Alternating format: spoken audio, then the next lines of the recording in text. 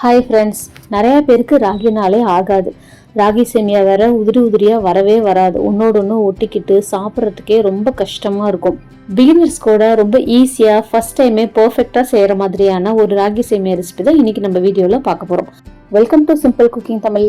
ராகி சேமியாவுக்கு தேவையான பொருட்கள் இவ்வளோ தான். இந்த ரெசிபி லிஸ்ட்டை சேவ் பண்ணி வச்சுக்கோங்க. இப்போ ரெசிபிக்குள்ளே போகலாம். ராகி சேமியா உப்புமா பண்ணுறதுக்கு ஃபர்ஸ்ட் நம்ம ராகியை ஊற வச்சுக்கலாம். அதுக்கு ஒரு பவுலில் 1 லிட்டர் அளவுக்கு தண்ணி ஊற்றிட்டு 1/2 டீஸ்பூன் உப்பு, 2 டீஸ்பூன் அளவுக்கு எண்ணெய் சேர்த்துக்கோங்க, நார்மல் ரிஃபைண்ட் ஆயில். இப்போ இது கூடவே ஒரு பாக்கெட் அளவுக்கு ராகி சேமியா சேர்த்துக்கோங்க. நான் யூஸ் பண்ணியிருக்கிறது அனில் பிராண்டோட ராகி சேமியா.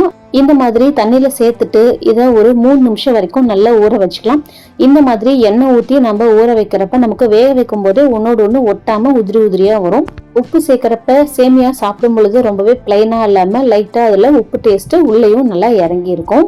இப்போ பாருங்க, 3 நிமிஷம் ஆயிடுச்சு. சேமியாவும் நல்லா ஊறிடுச்சு. இப்போ இதை வடிகட்டிடலாம். 3 நிமிஷத்துக்கு மேலே ஊற வச்சிங்கன்னா ரொம்ப குலைவாக போயிடும். இதை தண்ணியெல்லாம் இல்லாமல் சுத்தமாக இதை வடிகட்டிட்டு இந்த மாதிரி இட்லி தட்டில் மேலே துணி போட்டுட்டு நம்ம ஊற வச்ச இந்த ராகி சேமியாவை இதில் கொட்டி ஃபுல்லாக இதை பரப்பி விட்டுருங்க.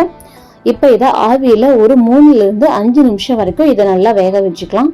ராகி நல்லாவே ஊறி இருக்கு. மேக்ஸிமம் 5 நிமிஷம் வரைக்கும் போதும். அதுலேயே ரொம்ப சாஃப்டாக வெந்துடும்.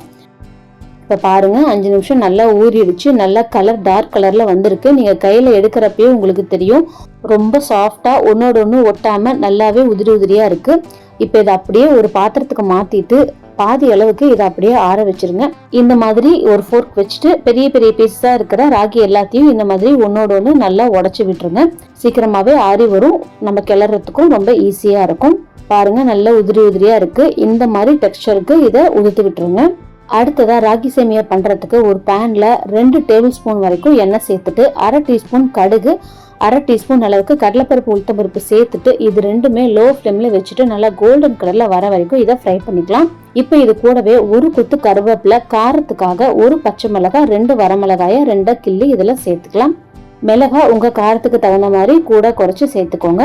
இப்போ இது கூடவே ஒரு பெரிய சைஸ் பெரிய வெங்காயத்தை இந்த மாதிரி மெலிசா கட் பண்ணி சேர்த்துட்டு கூடவே ஒரு சின்ன சைஸ் கேரட்டை இந்த மாதிரி பொடி பொடியாக கட் பண்ணி சேர்த்துக்கோங்க. இந்த மாதிரி செஞ்சு கொடுக்குறப்ப குழந்தைங்களுக்கும் நல்லா கலர்ஃபுல்லாக இருக்கும், ஹெல்த்தியாகவும் கொடுத்த மாதிரி இருக்கும். இப்போ இதை மீடியம் ஃப்ளேமில் வச்சுட்டு நல்லா வதக்கிட்டு இது கூடவே 1/2 டீஸ்பூன் அளவுக்கு உப்பு சேர்த்துட்டு நல்லா மிக்ஸ் பண்ணிக்கோங்க. வெங்காயம் பச்சை வாசனை போகிற அளவுக்கு லைட்டாக வதங்கினாலே போதும். அதோட கிரன்ச்சினஸ் அப்படியே இருக்கணும். அப்போ தான் சாப்பிட்றதுக்கு டேஸ்ட்டாக இருக்கும். இது கூடவே நம்ம வேக வச்ச ராகி சேமியாவை சேர்த்துட்டு அடுப்பை ஃபுல்லாக லோ ஃப்ளேமில் குறைச்சி வச்சுட்டு எல்லாத்தையுமே நல்லா ஒரு டைம் கலந்து விட்டுடலாம். ஆல்ரெடி நம்ம எண்ணெய் சேர்த்து தான் ராகி சேமியாவை வேக வச்சுருக்கோம். நல்லா ஆற வச்சு இதில் சேர்த்துருக்கனால நீங்கள் எவ்வளோ நேரம் கலர்னாலும் இது குலைவாக ஆகாது. ரொம்பவே உதிரி உதிரியாக இதே மாதிரி தான் இருக்கும். இது ஆறுனதுக்கு அப்புறமா இன்னுமே உதிரி உதிரியாக இருக்கும். அவ்வளோதான். இதை கிளறி முடிச்சதும் இதை இறக்கிடலாம். இந்த ரொம்ப சிம்பிள் அண்ட் குயிக்கான ராகி சேமியாவை கண்டிப்பாக உங்கள் வீட்டில் ட்ரை பண்ணி பாருங்கள். பிகினர்ஸ் கூட இது பர்ஃபெக்டாக செய்யலாம். அந்த அளவுக்கு ரொம்ப ஈஸி, ரொம்ப சிம்பிள். இந்த ரெசிபியை கண்டிப்பாக ட்ரை பண்ணி பார்த்துட்டு எப்படி வந்துச்சுன்னு கமெண்ட்ஸில் சொல்லுங்கள். நம்ம சேனலே நிறைய பிரேக்ஃபாஸ்ட் ரெசிபிஸ் போட்டிருக்கோம். அதோட லிங்க்கும் டிஸ்கிரிப்ஷனில் தரேன், செக் பண்ணி பாருங்கள். நம்ம சேனல் உங்களுக்கு பிடிச்சிருந்தா லைக் பண்ணுங்கள், ஷேர் பண்ணுங்கள், மறக்காமல் சப்ஸ்கிரைப் பண்ணுங்கள். தேங்க்யூ.